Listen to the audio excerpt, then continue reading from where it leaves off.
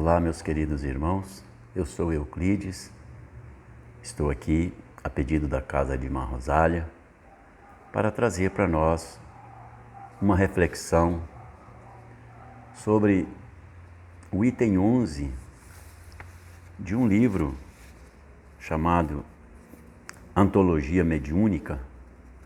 Foram trabalhos digitados por Lúcia Aidir, reunindo várias obras psicografadas em temas referentes ao Natal. E o Natal para nós significa Jesus.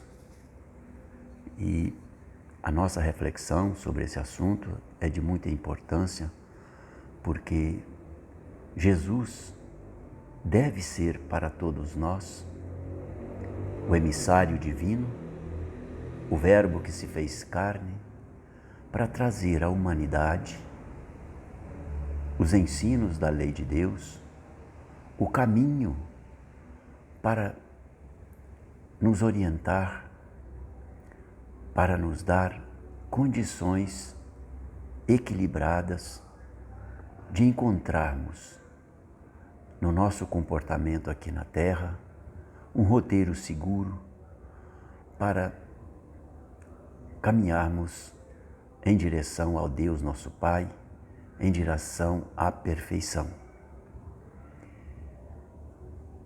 Esse texto é de André Luiz, psicografia de Chico Xavier, onde a gente, estudando, pôde perceber que há 3 pontos fundamentais ou 3 lições que nós queremos tirar para refletir, que é sobre humildade, resignação e mansuetude.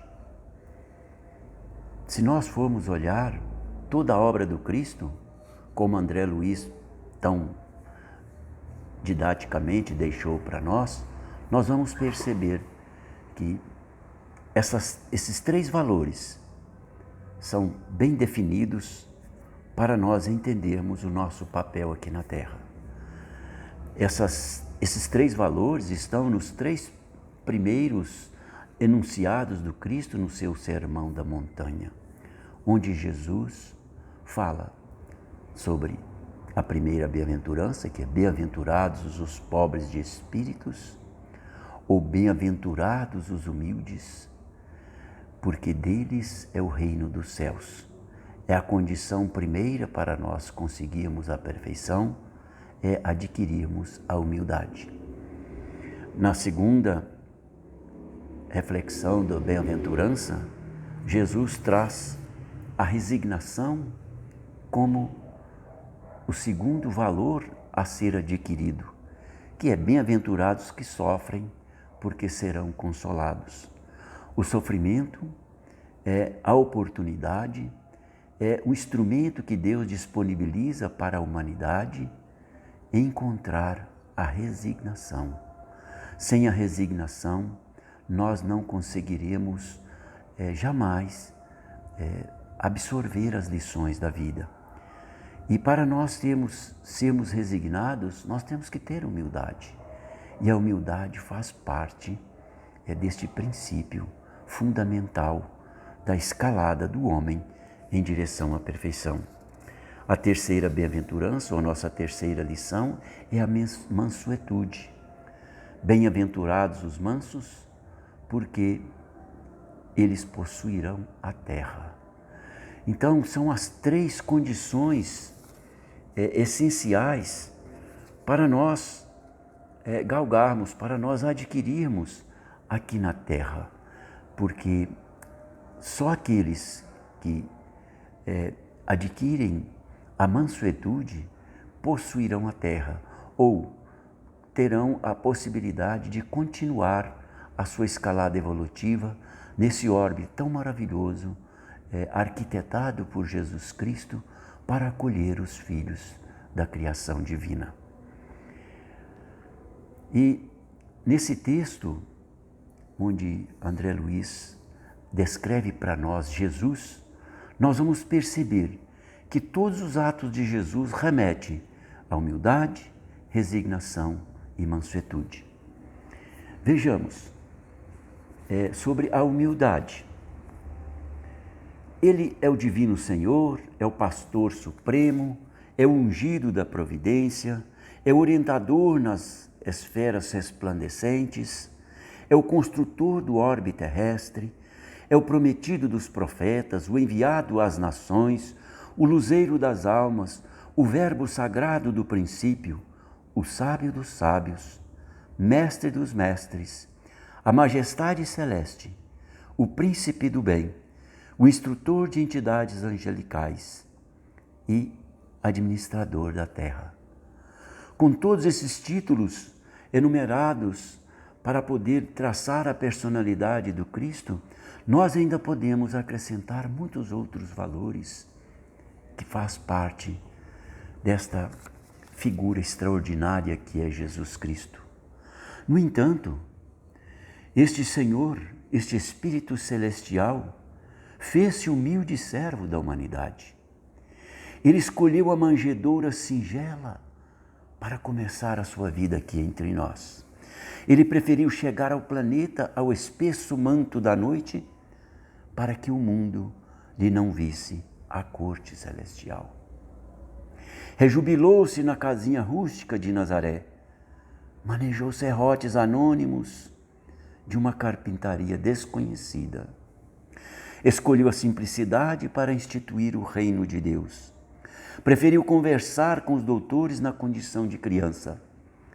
O Evangelho relata para nós a sua condição de, ainda com 9 anos de idade, sentar-se em meio aos doutores da lei para falar das benesses, para falar do reino do Pai, do reino de amor. Consagrou longos anos à preparação e à meditação a fim de ensinar às criaturas o caminho da redenção. Tanto no plano espiritual, nós sabemos que Jesus levou mais de 800 anos preparando a sua condição humana para poder estar entre nós, porque seu espírito crístico, o seu espírito altamente evoluído, um corpo humano para poder recebê-lo, não teria condições de suportá-lo. Então ele precisou de 800 anos para reduzir a sua condição crística, reduzir a sua condição vibracional para poder um corpo suportar o peso de sua angelitude. E também entre nós, ele ficou 33 anos esperando a completude de seu físico para que pudesse suportar toda a obra que teria que trazer para nós. Vejam o quanto Cristo se preparou para poder trazer para nós a boa nova. Submeteu-se à limitação da palavra humana para iluminar o mundo. Utilizou de suas palavras, de muitas vezes informações que muitas vezes não retratavam tão bem a sua condição celestial para poder dizer para nós das bem-aventuranças de nosso Pai. Valeu-se de pescadores pobres e simples para transmitir aos homens a divina mensagem, porque ele sabia que só os humildes teriam a capacidade de ouvir, de entender e de aceitar a sua mensagem. Utilizou-se de cátedra da natureza, entre árvores acolhedoras e barcos rudes, disseminando as primeiras lições do Evangelho renovador. Conviveu com infelizes e desalentados da sorte. Não desdenhou as vítimas do mal, amparando mulheres desventuradas e sentando-se à mesa de pecadores envelhecidos. Andou com a multidão de leprosos, estropiados e cegos de todas as matizes. Ensinou respeito a César, consagrando a ordem e a santificação à hierarquia. E nós sabemos que a hierarquia não está no poder, está na condição evolutiva de cada um de nós. Quanto mais evoluído um ser humano é, mais espírito de liderança ele exerce entre os seus pares. E assim Jesus, ensinou que a hierarquia era a condição sine qua non para estabelecer ordem e santificação. E na sua passagem pela terra, ele exercitou todos esses valores com muito carinho, com muito amor, diante dos homens daquela época. Aí está um traçado do perfil de humildade, de ações humildes que Jesus Cristo exerceu entre nós, para dizer para todo ser humano que a condição primeira da evolução da humanidade é ser humilde. Humilde na condição de aceitar-se ainda imperfeito, de reconhecer-se ainda necessitado de aprender, necessitado de trabalhar as dificuldades que ainda carrega. Porque aos vaidosos, aos orgulhosos, eles já sabem tudo. Eles não precisam de mais ninguém. A sua sabedoria lhe basta para poder viver aqui na terra, muitas vezes para subjugar, para usurpar, para delinquir, para corromper aqueles que caminham ao seu lado. Jesus veio trazer este valor como a condição primeira da nossa caminhada aqui na terra. E seguindo a seguinte bem-aventurança, os que sofrem, para exercitar a resignação, Jesus, o benfeitor das criaturas, recebeu a calúnia, o ridículo, a ironia, o desprezo público, a prisão dolorosa e o inquérito descabido silenciosamente. Ele aceitou esta condição para dizer que ele, um ser perfeito, um ser que não precisava passar por nada disso, quis apenas demonstrar que nós, ainda imperfeitos, precisamos exercitar, precisamos passar por todas as privações que a vida nos oferecer, com tranquilidade, com serenidade, com humildade, com muita resignação. O amigo fiel viu-se sozinho no extremo testemunho e Jesus fez tantas benesses, ele acarinhou tantas pessoas, ele demonstrou amizade para tantas pessoas com quem ele conviveu, e mesmo assim, na hora extrema da sua vida, ele foi deixado só. Ele não se sentiu só, porque ele tinha dentro de seu coração essa necessidade de trazer para todos nós os valores da resignação diante das dores da vida.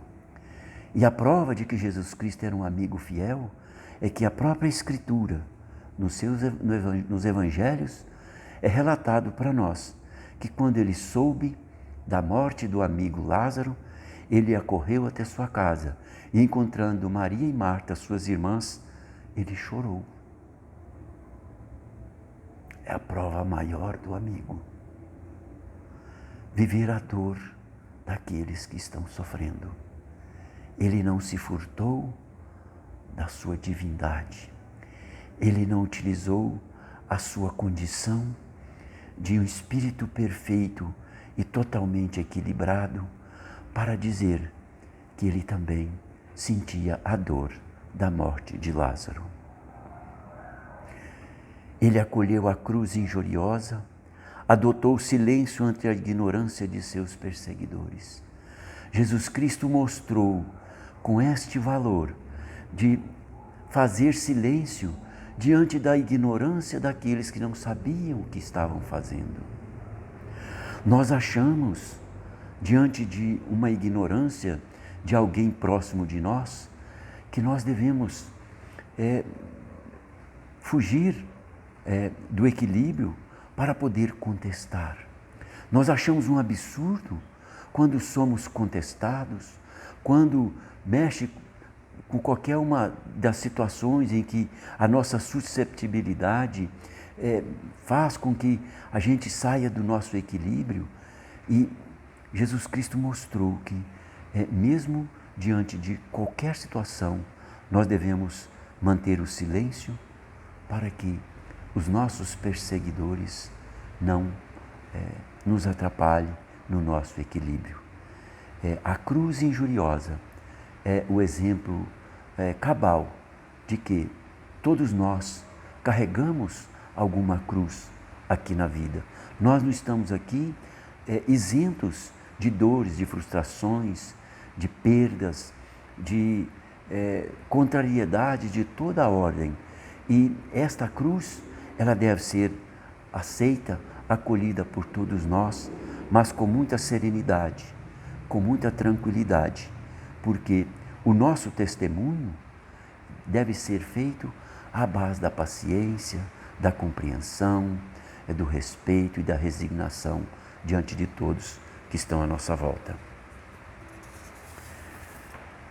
A terceira bem-aventurança, ou a mansuetude, bem-aventurados os mansos, porque eles herdarão a terra, é talvez o ensino mais difícil para todos nós, porque Jesus, na sua condição de dono de todo o poder sobre a terra, o médico sublime, o jardineiro de flores eternas, o companheiro generoso, o condutor da vida, o emissário do Pai, ele na hora extrema, ele rogou perdão para os próprios algozes.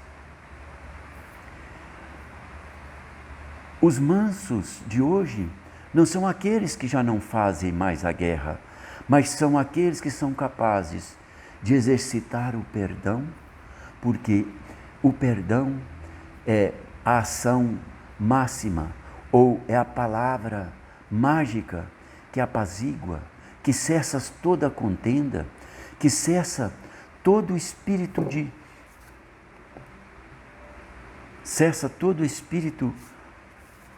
de animosidade e produz a paz tão desejada para nós.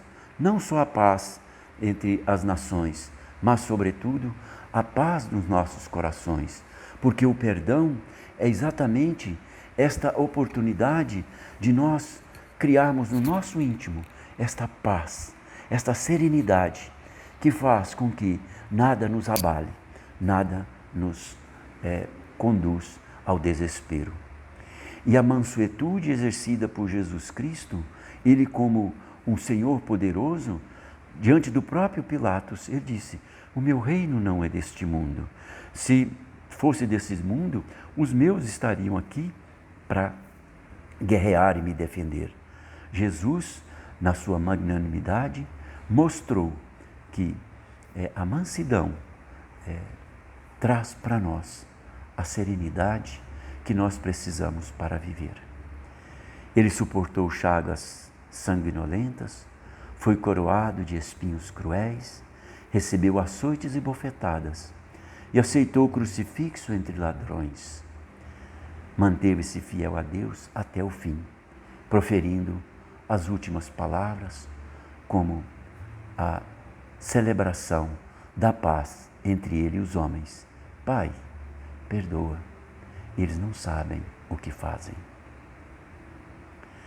Recordando esse mestre divino, convertamo-nos ao seu evangelho de amor, para que a sua luz nasça na manjedoura de nossos corações pobres e humildes. E nós, edificados no seu exemplo, abracemos a cruz de nossos preciosos testemunhos, marchando ao encontro do Senhor no iluminado país da ressurreição eterna. Jesus não é só um traço de religiosidade, é um amigo incomparável, um benfeitor amoroso, é o governador de nosso planeta Terra, é nosso guia e modelo. Que Jesus, nesse Natal, possa cobrir todos nós de muita paz, de muita serenidade. Que Ele possa iluminar os nossos lares com sua bênção. Que Jesus possa nos ajudar a compreender a urgência de trabalharmos estes valores que estão estampados nos seus evangelhos, para que possamos palmilhar o caminho da nossa redenção, o caminho do nosso encontro com o Pai amoroso, que espera por nós um dia anjos da perfeição, anjos que lutaram e construíram a sua própria estrada, construíram a sua própria perfeição. Que Jesus nos abençoe.